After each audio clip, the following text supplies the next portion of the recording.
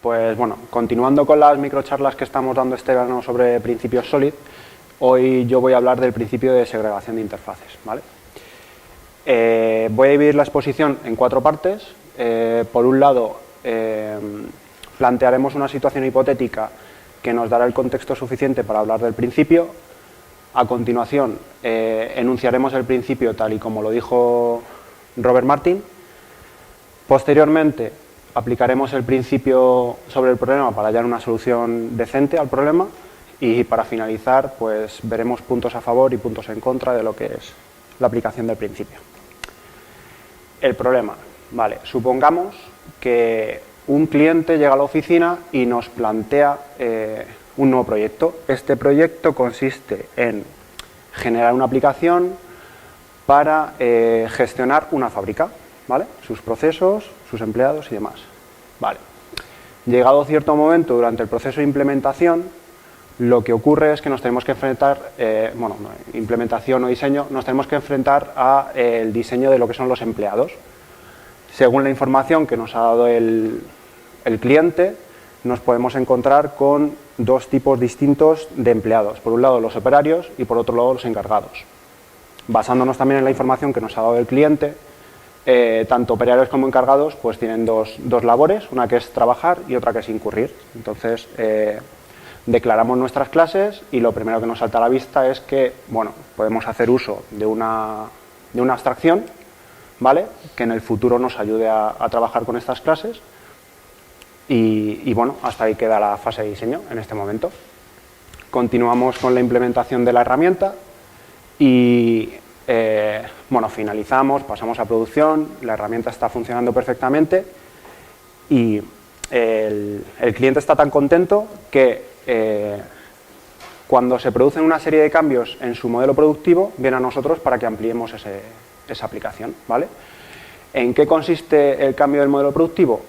Pues que dentro de lo que es el ciclo de trabajo ha introducido una serie de robots, una serie de autómatas que lo que hacen es simplemente pues, tareas básicas, atornillar, desatornillar, etcétera. Vale. Nosotros nos ponemos a implementar, creamos la clase, pero cuando la intentamos introducir dentro de nuestro modelo de trabajador, hay algo que falla. Nuestra interfaz está obligando a nuestro nuevo empleado, por llamarlo de alguna manera, implementar un método que realmente no necesita utilizar, ¿vale? ¿Qué podemos hacer ante esta situación? Pues fácil. Las soluciones fáciles serían o dejar el método vacío, cosa que es una chapuza, o implementarlo haciendo que por defecto lance una excepción del tipo un soporte de operation, cosa que también es una chapuza. Como vemos que las soluciones sencillas que tenemos son una chapuza, hay algo que nos está saltando en rojo y nos está diciendo tu diseño no está bien del todo, ¿vale? Cuando nos encontramos con este tipo de interfaces que obligan a nuestros clientes, a nuestras clases, a implementar métodos que realmente no van a utilizar, nos encontramos con interfaces pesadas o interfaces con polución. ¿Qué ocurre con estas interfaces? Pues que a primera vista no lo hacen, pero en el futuro introducen problemas en lo que es el mantenimiento de la herramienta. Nos está produciendo un acoplamiento grande, nos está disminuyendo la cohesión en el sistema. Vale. Ante una situación similar, aunque muchísimo más compleja, se encontraba Robert Martin cuando realizó el enunciado del principio del que estamos hablando hoy, durante una de las consultorías que realizó en Xerox, ¿vale?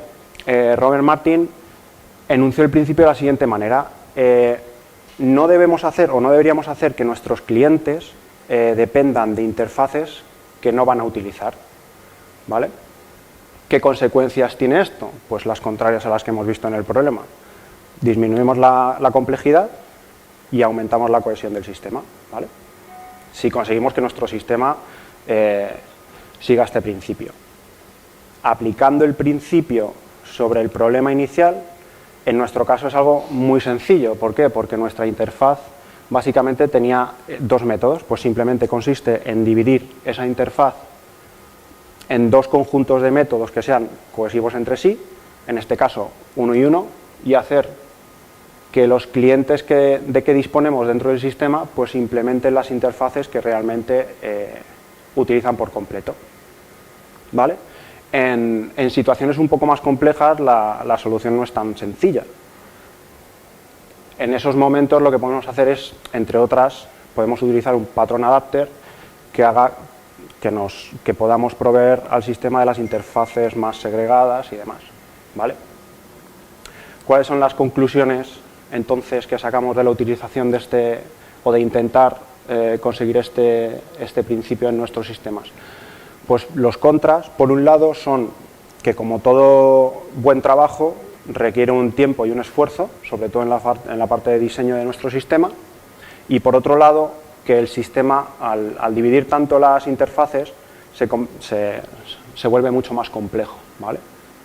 A favor, pues lo que hemos hablado durante la presentación, tenemos una disminución del acoplamiento en el sistema, un aumento de la cohesión y obtenemos un sistema mucho más flexible para el futuro. En resumen, mejoramos la mantenibilidad y la futura extensibilidad del sistema. Y eso es todo.